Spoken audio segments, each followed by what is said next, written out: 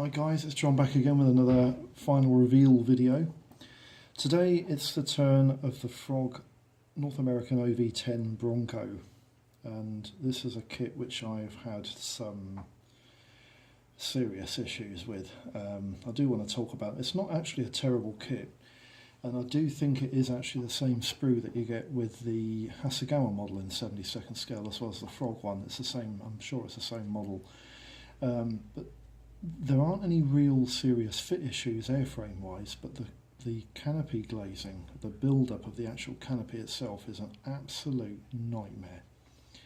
For some reason it just did not want to fit together properly at all, and I did quite a few test fits and a little bit of sanding down here and there to try and get it to fit in better, but it wasn't much better.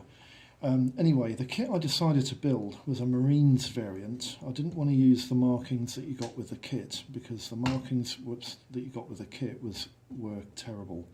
So I substituted a lot of the markings on this kit to try and recreate a Marines variant as used during the Vietnam War. And as you can see, one of the major issues we have with this kit is a tail sitter. It's only just about a tail sitter. If you have any slight deviant other than the level, it will actually sit on its nose, but the nose itself has been packed with about 4 pieces of lead shot, and the entirety of the aircraft's nose section underneath the cockpit floor pan is actually full of plasticine and lead shot. There is no more room in this kit whatsoever to put more weight.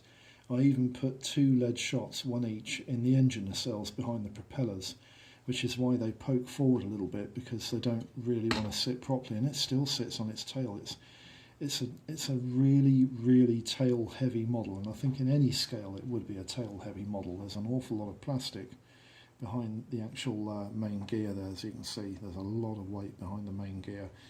The kit itself, the airframe wise, it went together quite nicely.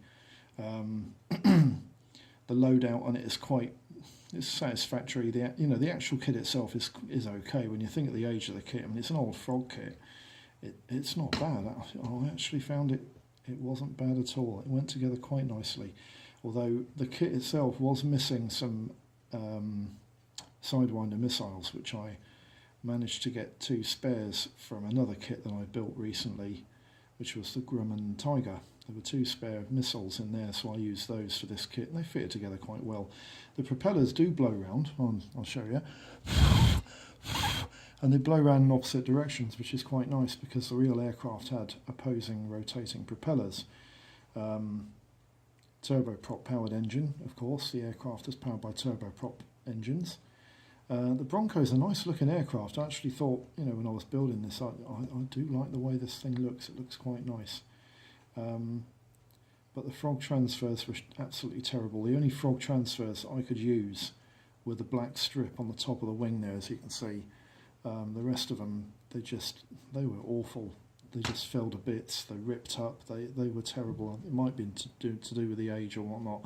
So I substituted quite a lot of markings from different models to reenact a Marines aircraft serving during the Vietnam War. They were trialled by the USAF as well as the Marine Corps in Vietnam, and they acquitted themselves quite well indeed. The interior of this kit is quite nicely detailed. I was quite surprised again although it's quite old. I'm hoping you can see some of the detail in there, but there's actually 2 instrument panels which are painted up. The inside is light aircraft grey. The pilots, they wore a sort of a light desert sand coloured uniform with white helmets. Yeah, it's quite nice. They actually came out quite nice. The kit is actually reasonably well detailed when you think how old it is, but I do think the Academy kit will probably be a better representation, and when I do build the Academy kit, obviously I'll do an in-box review on that with referrals to this build as well when we do the build final reveal and the build progress on the Academy kit when I do get around to doing it. I'm hoping to tag this in front of the build progress video. I've got a new video suite, and hopefully it'll all come together quite nicely. So you should be able to get one video to do the build progress and the final reveal. But that's basically the Frog 72nd scale OV-10A Bronco. As I said before, I did it in US Marine Corps markings for the Vietnam War. This is not an option that you get in the Frog kit. The Frog kit is both of the USAF and the tri-national evaluation aircraft, which did serve for a small period in Vietnam, but the Marines actually use this aircraft an awful lot more. And the Marines aircraft were fitted in green and this light grey top and bottom wing. And I actually quite like this. I like the way it makes the Bronco look. It's an attractive kit. I really liked building this. It really was a lot of fun to build this kit. And I do remember saying that you have to pay a lot of attention when you're putting the airframe together on this kit, because like all twin boom models, if you don't align the twin booms up properly, it's filler city. And I can honestly say I did not use any filler in this kit whatsoever. The airframe went together really nicely. It all lined up perfectly. There were no issues with the fit or anything whatsoever. The main issue I did have though was with the weight in the nose. So I wished I could have fitted an extra lead shot in the nose. If I had have done that, I think it would have been all right. But there just is not enough room in this kit to put weight in the nose. I'll try and see if I can put more weight in the Academy kit when I build that. So that's the final reveal for the Frog North American OV-10A Bronco in the United States Marines serving in the Vietnam War. Thanks for looking, and I'll see you for the next video, guys. Bye bye for now.